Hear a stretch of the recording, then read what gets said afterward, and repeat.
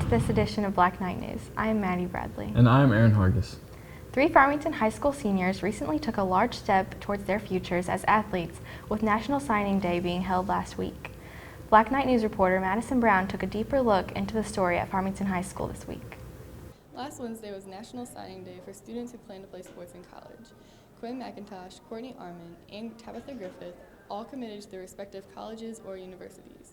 I was able to speak with Quinn McIntosh about his hopes for playing football next year at Central Methodist University. I chose Central Methodist because I like their campus a lot. I like the coaches. We got to meet with some of the players, and they seemed really down to earth. And just to feel the college was nice. I got to talk to some of the coaches individually, and they seemed like they really wanted what's best for the players. I'm also interested in education because football is, I'm probably not going to play after college, so I need to get an education, and I think I can do that at Central Methodist. I was also able to speak to Courtney Armand about her signing to Highland Community College in Highland, Kansas. Well, I went there to visit it, and I figured out they had a free pharmacy program, and I wanted to go into pharmacy, and so that kind of really caught my eye. And then it's really affordable, so that was really good too. And I don't know, I talked to a girl from the team, and she made it sound like it would be a really fun place to go. From Black Knight News team, we wish all this year's seniors good luck for their future. For Black Knight News, I'm Madison Brown. Back to you, Aaron and Mattie. On Wednesday and Thursday, FHS welcomed the 8th grade students from FMS, St. Joe, and St. Paul to tour the school. Students got the chance to walk through the hallways, check out some classrooms, and even eat lunch at the high school cafeteria. Last week was the big finale of The Biggest Loser, and local competitor Jay Sheets weighed in at 183 pounds, which means that his total weight loss for the season was 114 pounds. While Jay was the center of the story locally, winner Rachel Fredrickson has been the center of the story nationwide, not for winning, but for possibly losing too much weight. When comparing her weight and height on a BMI scale, her weight is below the healthy percentage range.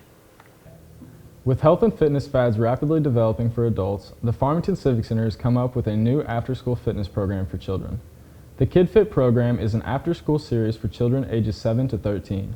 Kids join together directly after school each day and play games such as wiffle ball, freeze tag, kickball, and dodgeball. Parkland Health Center's RN diabetes educator, Catherine Lewis, and registered dietitian and diabetes educator, Jeannie Byerly, will attend Kid Fit program once a week. For more information, contact Lawyer McLean at the Farmington Civic Center. A local carpenter will forever be remembered with the opening of the Andy Gammon Memorial Highway last Saturday. Gammon was 35 years old when he drowned in a construction accident on the Mississippi River. He was working on the construction of the 4-lane bridge when a man lift he was on tipped over into the river. Longtime weather forecaster and meteorologist for KFVS 12's Heartland Storm Team, Bob Reeves is set to retire in February after 42 years with the station. Reeves has served the station as a reporter, assignment editor, assistant news director, and farm director. After this break, we'll bring state news concerning traffic light cameras, and we will take a look at the Winter Olympics in Sochi.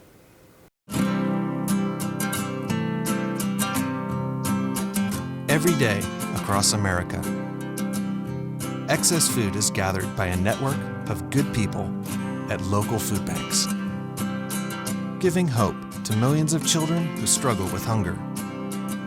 They've earned their wings, and you can too. Together, we can solve child hunger. Support Feeding America and your local food bank at feedingamerica.org. Take a look under your bed. Find stuff under there? What about jobs? No? Now try your closet. Still no jobs, just more stuff? Well, you really have both. See, stuff is defined as household articles considered as a group. Sometimes this stuff is no longer needed. Wait, no longer needed? That can't be right. Because remember those jobs you were looking for? Those are really needed. And they're the stuff inside your stuff. Our job is to unlock those jobs. And it starts when you donate your stuff to your local Goodwill. Here's how we do it. When you donate to Goodwill, we sell your stuff to provide job training for people right here in your community. So just by teaming up with Goodwill, you help create jobs. And isn't that worth parting with the leftover keytar from your 80s cover band? Goodwill. Donate stuff, create jobs.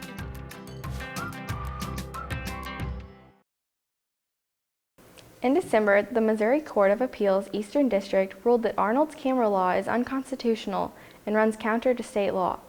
Since last Thursday's vote, Arnold drivers are no longer required to pursue tickets from red light cameras unless a police officer is present during the violation.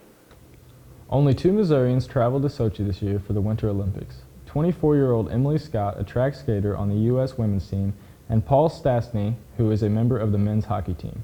As of Wednesday, the United States is tied for 4th with 9 medals.